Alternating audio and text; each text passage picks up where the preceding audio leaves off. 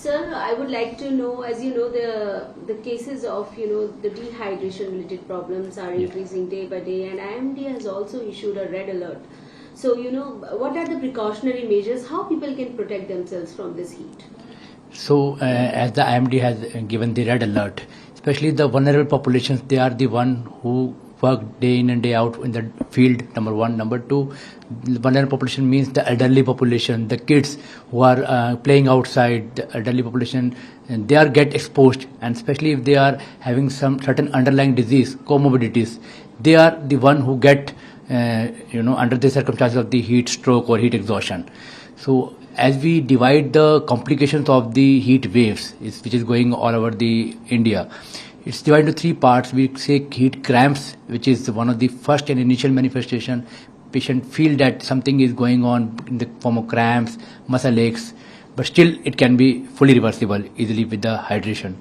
Number two, about the heat exhaustion. So heat exhaustion, when the thermoregulatory system of our body is working, patient has profuse sweating, mild breathlessness feeling, and here the patient is still reversible. But once the patient land up in the heat stroke, where there will be rapid shallow breathing will be there, number one.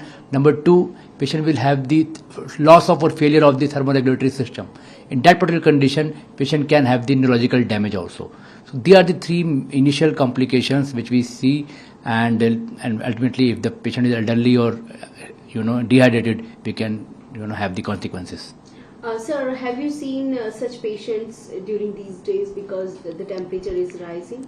So directly I would not say the patient is coming with the form of a heat exhaustion, but yes, because of the dehydration, we see in the complicating form, in the form of acute kidney injury, I would say precipitation of the renal colic or stone pain because of the dehydration, precipitation of the urinary tract infections, and sometimes the altered sensoriums. So they are the major complications because of the dehydration.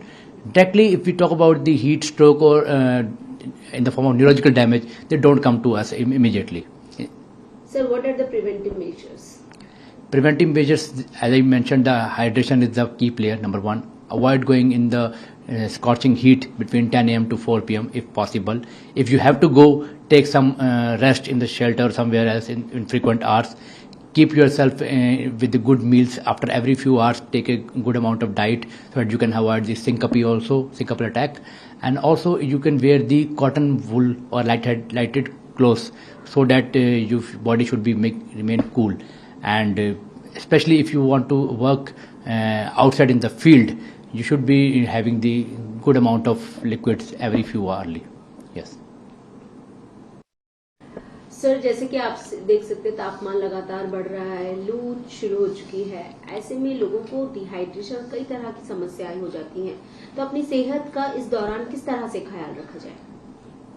पूरे उत्तर भारत में आज की date में लू चल रही है और इस लू से बचने के लिए कुछ उपाय बताए जाते हैं, जैसे कि अपने आप को एक हाइड्रेशन रखना, यानी कि अपनी बॉडी का जो पानी का स्तर है उसको एक मेंटेन करना.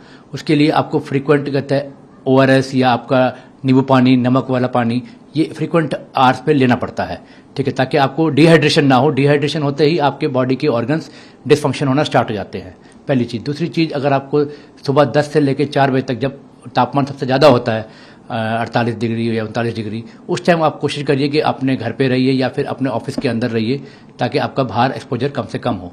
अगर आप फील्ड वर्कर हैं, बाहर काम करते हैं, तो आप एक कॉटन वूल क्लोथ कोशिश करें पहने, हल्के क्लोथ पहने, और अपना कोशिश करने के साथ में आपका हाइड्रेशन पार्ट जो है वो मेंटेन रहे, और साथ साथ बीच बीच में शेल्टर पे भी जाते रहें ताकि एकदम लंबा एक्सपोजर ना हो, ताकि आपकी बॉडी के ऑर्गन खराब होना शुरू हो जाए.